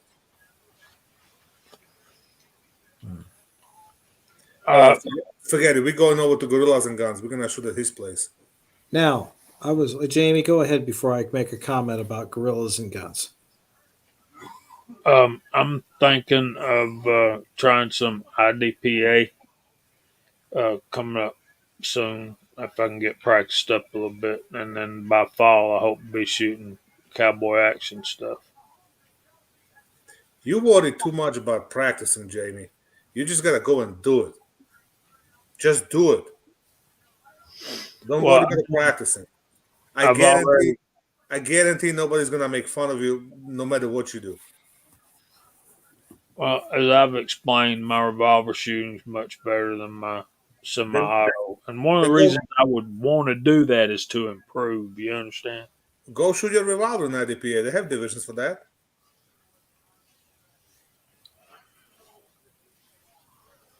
You can absolutely. You can take your 586. Oh, Yeah, most of the local clubs you can shoot pretty much any revolver as long as you're good, you're safe. They'll let you do it. And see, that's a big flag too. You don't want to not knowing the rules and all that kind of stuff, and the Well, see, you've got a good thing right there. You got Chico right there with you, and Chico's been doing it quite a bit. Just go on with Chico, and again, most all these places will walk you through it. Yeah. Doesn't matter if Just you go walk. with Chico or don't go with Chico; they will all walk you through it. Yeah. And Just don't be walk it until you know it. and don't be afraid to ask questions. I mean, most of these clubs is like you go shoot a competition. Okay, you might not win the first place, but as long as you don't do something completely stupid like break 180 or drop the gun or whatever, they're not gonna DQ you. Even if you break the rules or whatever, they'll explain you. Okay, whatever you just did, that's not supposed to do that. You're supposed to do something else. Move like this, do this. The worst thing that you can do is not ask questions. Actually, I'm gonna back up. The worst thing you can do is decide to go shoot a major competition and not knowing the rules. I've been there. We had a guy, and this is back 6, 7 years ago, and he wasn't on our squad, but we were waiting for the stage. So we saw him, and he did like a major fuck up. But the guy had no idea, and this was I don't understand why he even came over there because this was like a $200 competition, and he was asking questions. Problem is, when you're at that level and you ask a question, the other will tell you have to do whatever you have to do according to the rules. Okay, he's not gonna give you like a real explanation. So if you're at a level one, they're gonna tell you exactly what you need to do. So yeah, don't be shooting nationals until you know what you're doing. But local competition, absolutely. You know, I've been so many times that the new guy would show up and the guy was running competition. He goes, "Oh, why don't you just watch this one and come next month?" And I'm like, "Well," and I stepped right in, like don't do that. Just put him on my squad. We'll watch him. Well, he doesn't have. He only have one magazine. I was like, "All right, what are you shooting? 6226. All right, who's shooting 6226? Oh, I am. You got a spare mag? Yeah, absolutely. Here, there you go. Now you got enough mags. Let's go shoot the match." That's kind of the way it works over there.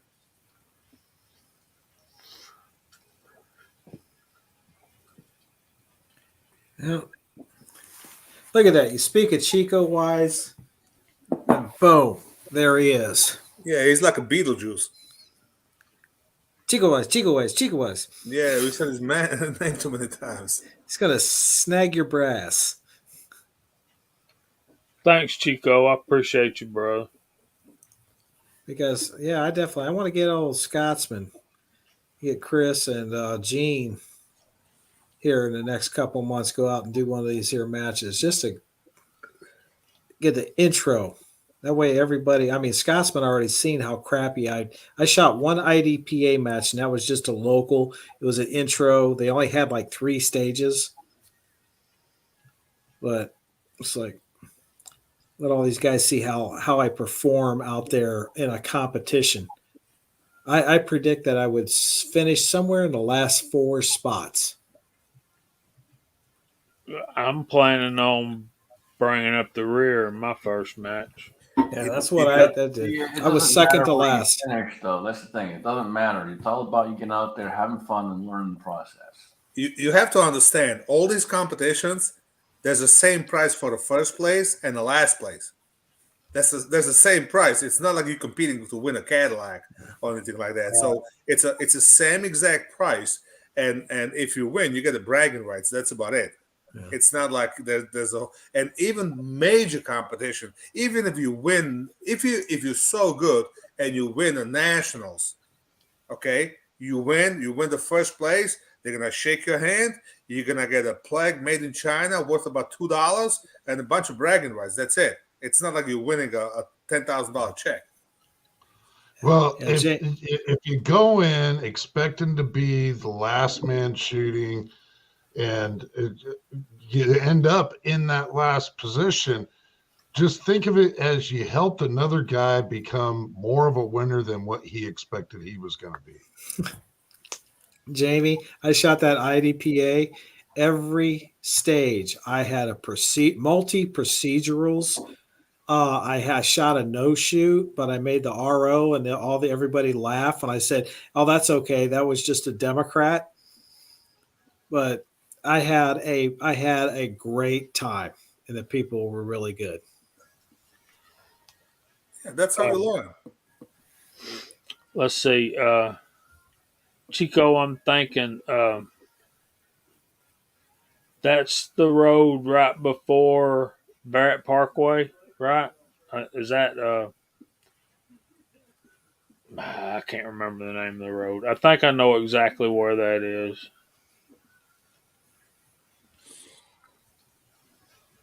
There you go. Chico's the brass munchkin. Yeah, no, you're in the right direction there, Dean. So, Chico, yeah, yeah. See, I was right. Um,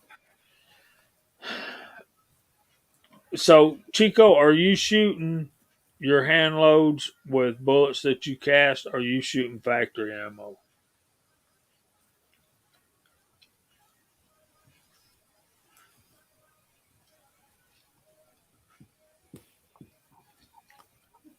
Yeah, I know. Chastain, that's it. That's it.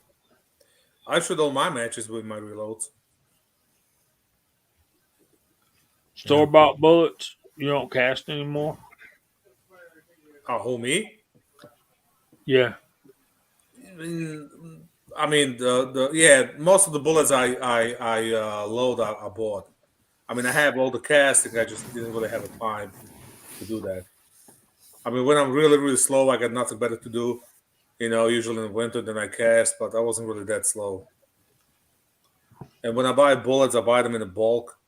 I always buy 20, 30,000 30,000 bullets at the same time. So Well, what are y'all shooting competition with? I think Chico's using PO7. Uh, uh, Hot Pot's using reloads too. most of the people gonna be shooting reloads unless they can afford to shoot a store bought. Yeah, that's got to be an astronomical number. Like the guy Foos that we hang out with over on Travis P11 says, I think he changed it for this year, but the past 2 years and before that, he averaged in his mind 50 to 60,000 rounds that he'd shoot in a year. So he would need to reload at least that many to get through his practice and all his competition. If you're spending that much money a year on factory ammunition, that's got to be an astronomical number. I mean, 50, 60,000 rounds a year. You gotta be out there shooting a lot. Yeah, If Foos shoots Foos is always on it. Well, You'd probably like to talk shop with him because he's been in the competition shooting forever. He I had mean, a big like factory reloading machine, like an automated machine in his apartment. at my prime when primers were available and cheap, and I was shooting a lot, and I had my private range, I was probably doing 20, 25,000 a year. But those days are long gone. I don't practice as much because I lost the range. So I kind of try. That's why I said I'm not even going to bother shooting major competitions this year. Maybe I'll shoot the nationals, and that's only because it's in Ohio, and I can squad with Chris and Hot Pot and those guys. But other than that, I'm not even shooting area 8 or any area matches. I'm just going to shoot this. I found a bunch of clubs. I can shoot local matches, 2, 3 of them a month, and get out there, maybe once or twice a month to do a little practice. It's not as easy, it's not as economical, and it's not as fun when you don't have your private range. When you go to a club, especially if you have time to get there, like in the morning when nobody's there, but in the afternoon during the nice days, there's always somebody there. You can't really do all the stuff you want to do. So at that point, you're like, what's the point? And I know I'm not going to be next Max Michel, or next Grandmaster, which I don't really care. If I gotta Okay, well, shoot that much, enlighten me as to what in the Sam's hell is a block shoot? what are you talking about? Walter Davis. Want to know if anyone ever shoot a block shoot. And I my think mind, he wants a Glock. He's talking about Glock shoot, the GSSF.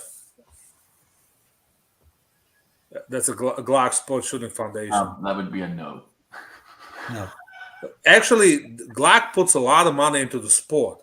The GSSF, if you're brand new to a shooting sport, is not a bad thing to get into, because if you're good, you win, and if you win guns. Even on the semi-local competitions, you're gonna win guns for the first place, second place, and whatnot. Glock puts a lot of money into the sport.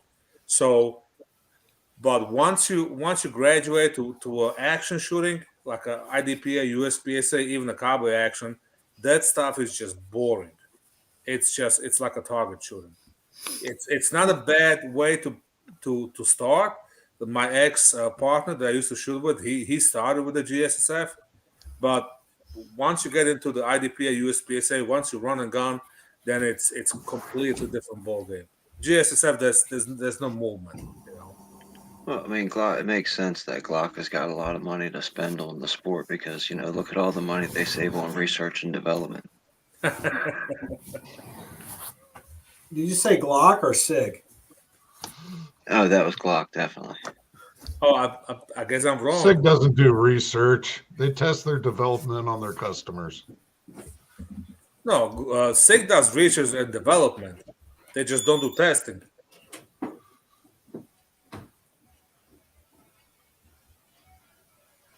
kind of like Lee. Yep.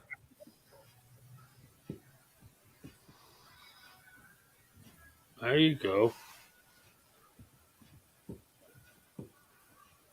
Walter, how big is a block of wood that you shoot? Yeah, I don't know. That's the first time I've ever heard of that. That's interesting, though. So you shooting blocks of wood flying through the air with a pistol. No, I'm guessing with a shotgun. Oh no, bullets. Okay, never mind. Maybe pistol. 4x4 block.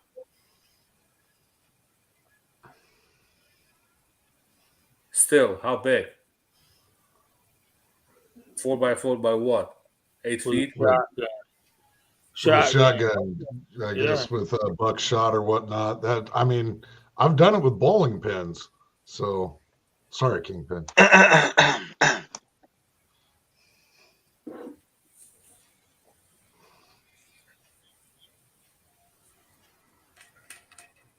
So with the new ATF ruling, how many of you took the braces off already?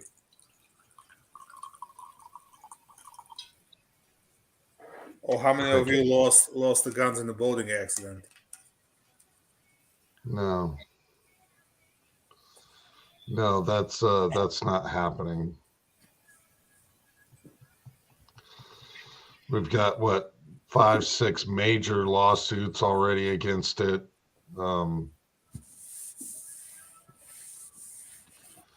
Yeah, Gun Owners of America is going to squash that. Yeah, I don't know.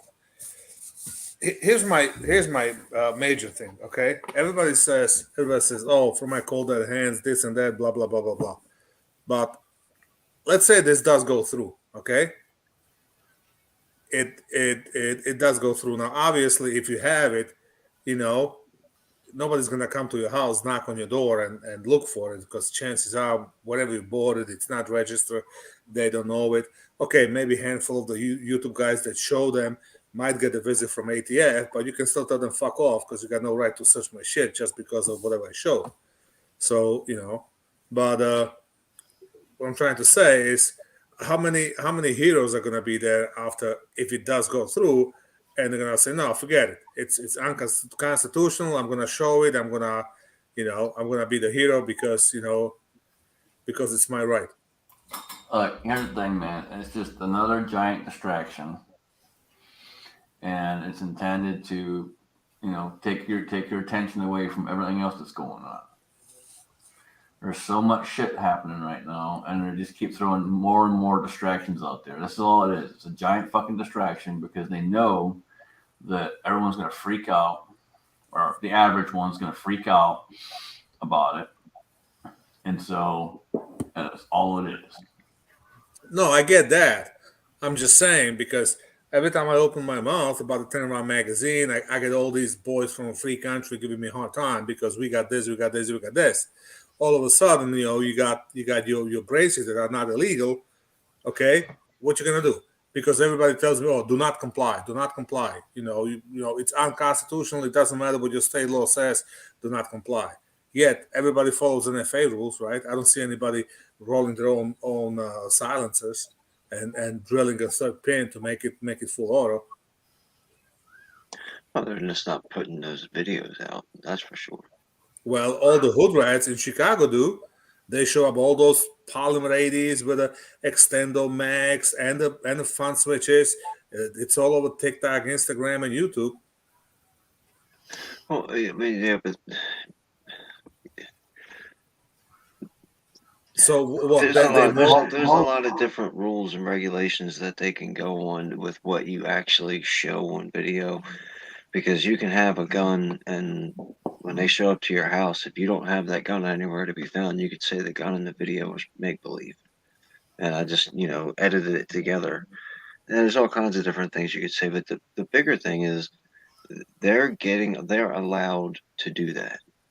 So comparing what they can do and what we can't do, if you don't understand, they've been given permission and been turned a blind eye to. You have not. That's the game that you're in right now. So yes, of course they're going to get away with it. That's not our problem. It's the fact that you're not going to get away with it is your problem. So most people aren't going to be allowed, even if they say, I'm not going to comply, here's my pistol brace. Susan's going to delete the video and ban your channel.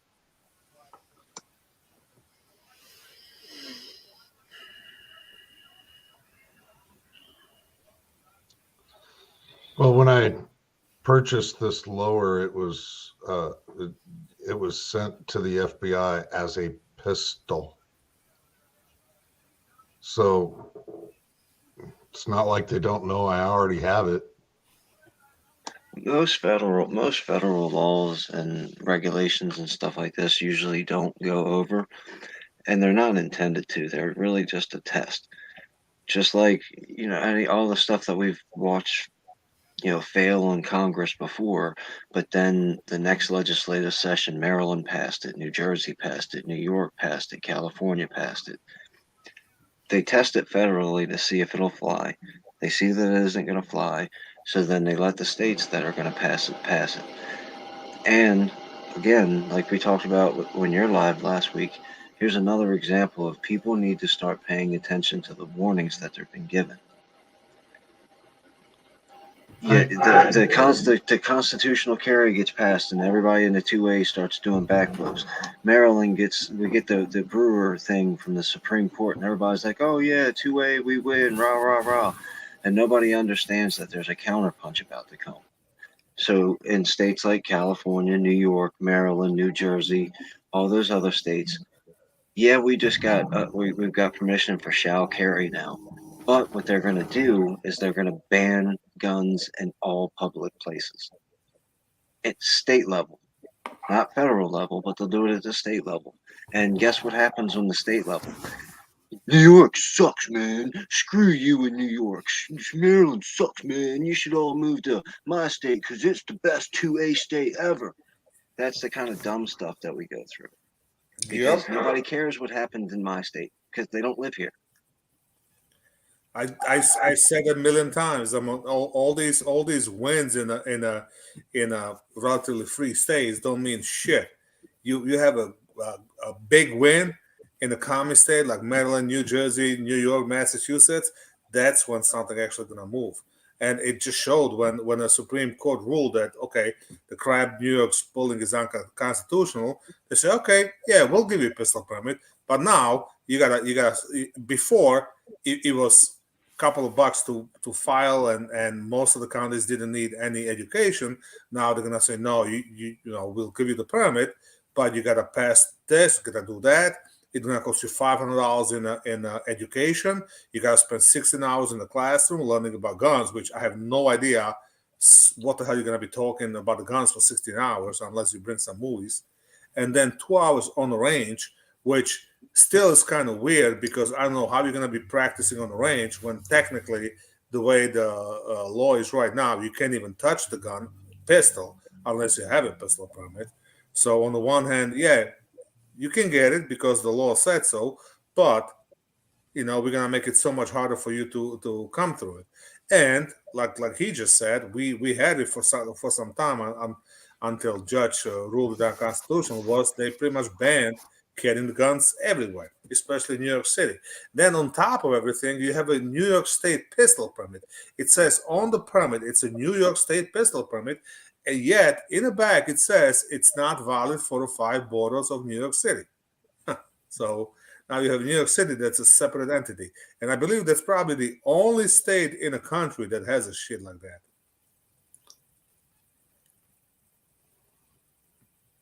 Well, I'll just bring it out as a different stance on it, on the whole ATF pistol brace bullshit.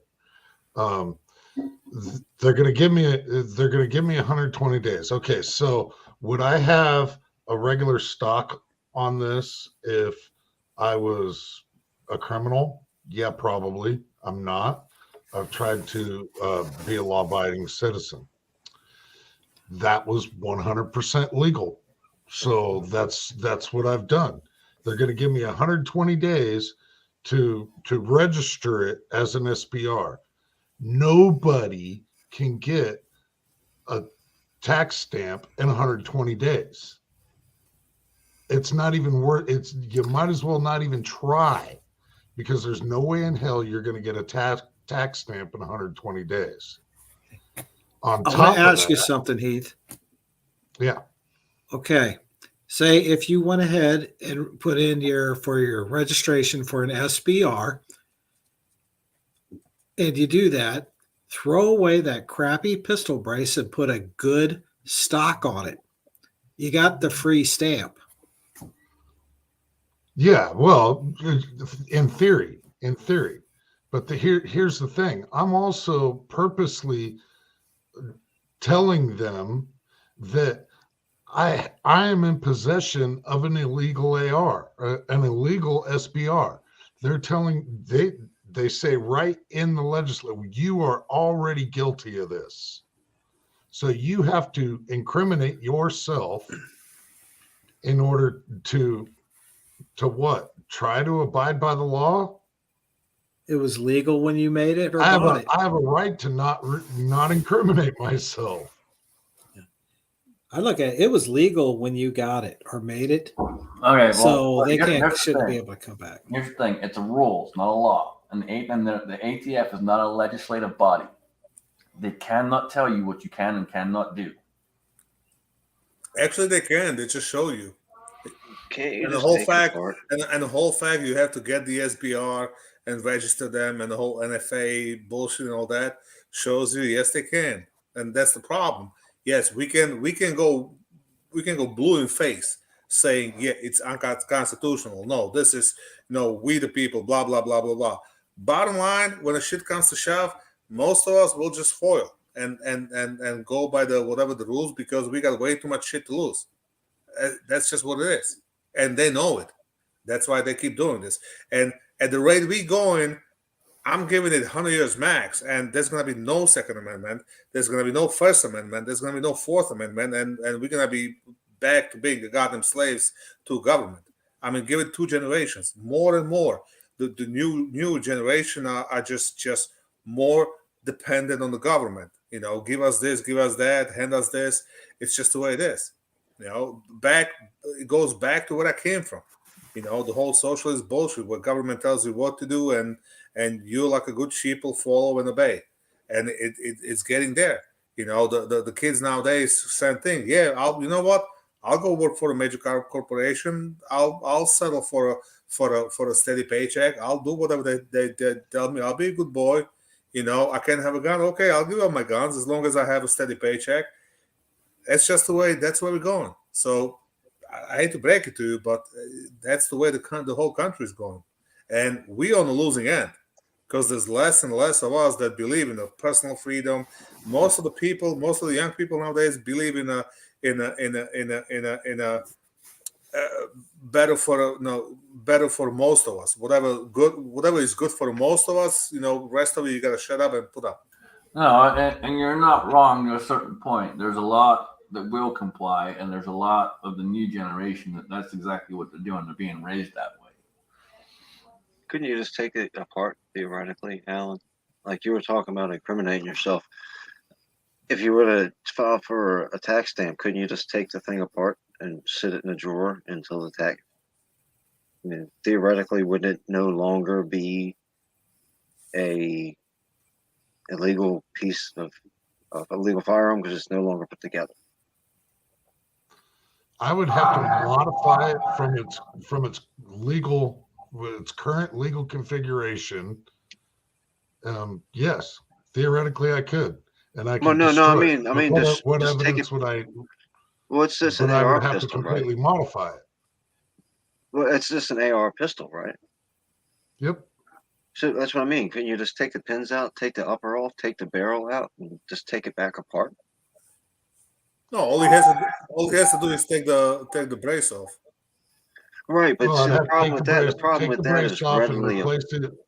I'd have to take the brace off and replace the buffer tube with a tube that could not accept a brace. Right. Okay. Yeah, that's stupid. Not that I'm just curious as about trying to figure out how people could not, like you were saying, incriminate themselves. It's pretty simple. You just don't say anything to the ATF. Oh, this is not about not saying anything to anybody. I mean, obviously you can have whatever you want in your house. Nobody's coming to you. But what's the point of having something if you can't use it? I mean, the whole idea behind the brace was the SIG wasn't stupid when they came up with this shit, and they spent a ton of money researching it and getting it approved by the ATF. The whole idea was, okay, for the gun guys, now you can have a semi decent short package in your truck for a get home gun, whatever. Because yes, you got your pistol, but everybody knows if the real shit hits the fan, pistol is just a tool to get to your rifle. That's all it is. It's a backup. Your main fighting tool would be a rifle. Now you have something that's not a rifle, but you can shoulder it, and it is a rifle. And that stock, yes, it was designed for something else, but 100% is goddamn stock. My biggest problem is that SIG spent money. Other manufacturers came up with that because ATF said, yes, 100%, no problem, it's okay. Then 5 years later, they're going to come up and say, okay, it's okay as long as you don't shoulder it. Then 2 years later, they're going to say, never mind, you can shoulder it, it's okay. And now 3 years later, they're going to say, no, it's completely illegal. Now, wait a minute. You made the ruling once. How many times the same thing's going to change? You made the original ruling. So what? Different director comes in and the rulings change? So that's my biggest problem. It's not about you creating the laws, but you approved it. You approved it. So, it's like, okay, you buy a Ram 3500 and they say, okay, you can drive it with the regular license, but the new head of DMV comes in and is going to say, no. From now on, you need a CDL to drive that truck. It's the same thing. So at some point, somebody needs to hold these agencies accountable for their decisions. They can't just change it as they go, because bottom line is that brace is the same brace as it was 8-9 years ago when it came out. Nothing changed. Nothing fundamentally changed about that brace.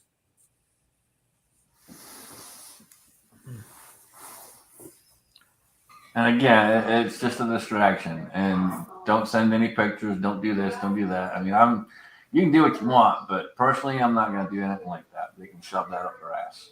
Not going to happen. It's just a distraction. It's going to go through the courts, so it'll get overturned.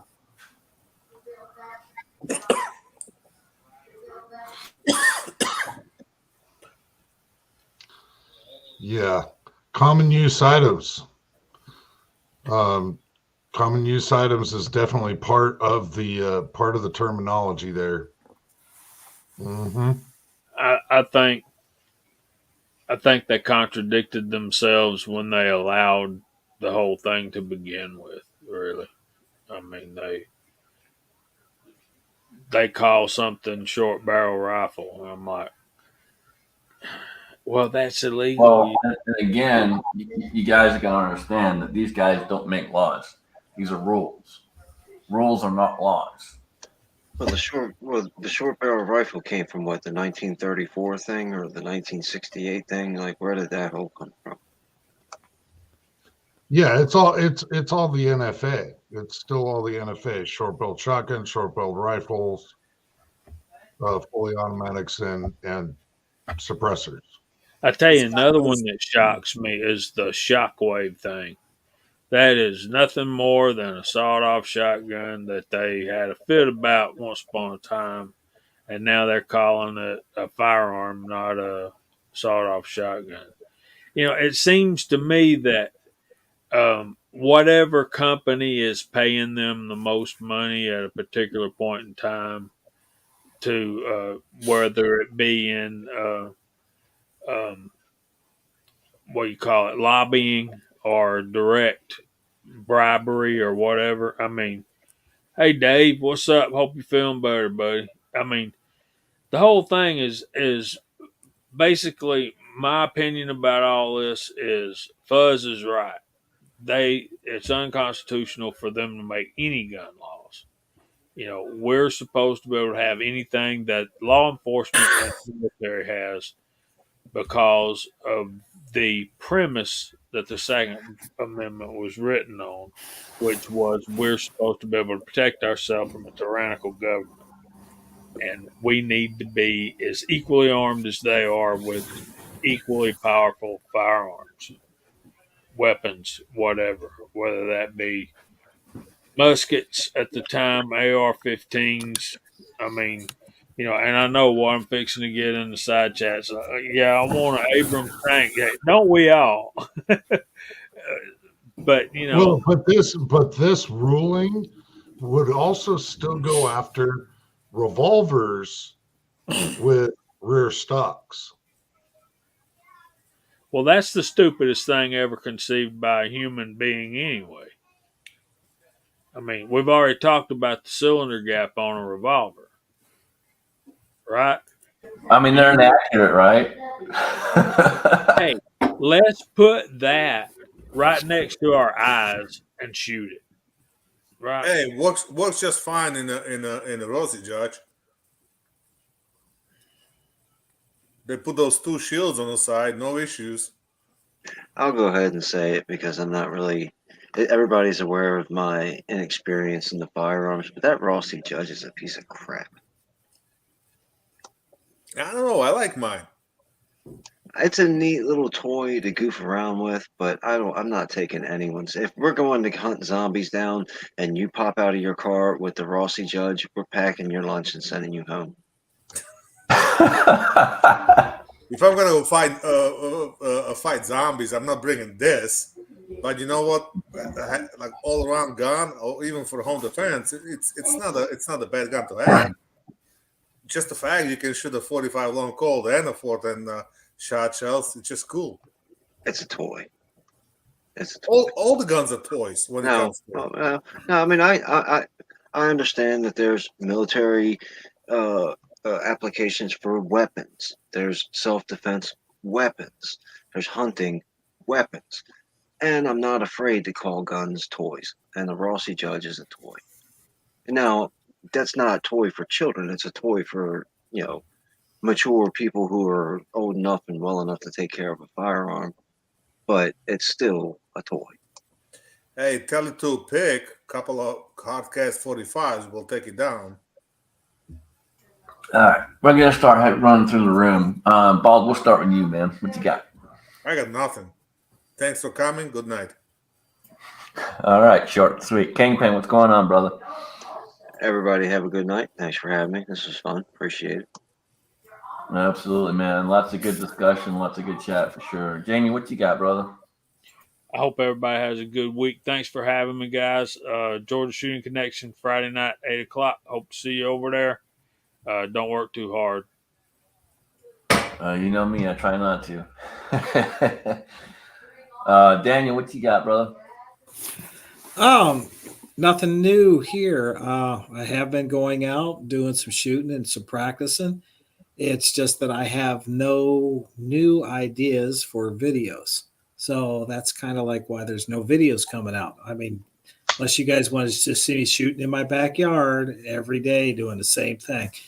But I am going to be shooting some competitions and talking to a couple guys about getting together over at these competitions, Scotsman, and going out there. But thanks for having me on, folks, in the side chat. It's been real interesting tonight, especially reading some of the subjects and comments you guys were talking about. But hey, thank you. Yeah, absolutely, man, absolutely. And yeah, we'll get competitions going, man. Here, we'll get them going soon. As far as what I got going right now, pretty much the bar is about halfway done. So if you guys haven't heard, I will be doing a weekly video over on the other channel for Mr. Holster, Pop Goes the Weasel channel. So I'm in the process of building the bar. It's halfway there. I got to set up the wall and all the rest of it still, but we're getting there. And the custom sign should be here probably another 2 weeks or so. Hopefully it'll be here. But it's on the way, so we'll get it at some point here. Other than that, that's all I got. I appreciate everyone out there. Can I jump in real quick before Alan goes? Yep.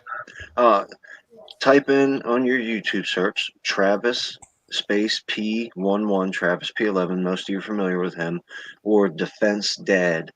They're having their second annual Thunder on the Prairie, so they're starting to plan that. So if you want to get information about that, it's a really great. It's IV 88, 88, 88, 88, but for regular normal people. So they had a really great turnout last year, and they're doing it again this year. So if you're interested in going, contact Travis P11 or Defense Dad. Absolutely, 100%. All right, Alan, take us out, brother. Oh man, on the I so understand the Pops Goes the Weasel name of the channel, but your channel names are always so hard to find on YouTube. Nevertheless, been a great night. It's been a minute since we had Kingpin in here, and I absolutely love it. Side chat's just been absolutely raging. Thank you all for coming. Appreciate that. I'm currently working on 27 different videos at once, and I will probably put none of them out in the next week or so. So don't be looking for that. If you do unsub anybody, make sure that it's Daniel. Unsub Daniel. But thank you all. Greatly appreciate you. As always, keep the magazines loaded and one in the chamber. Woo!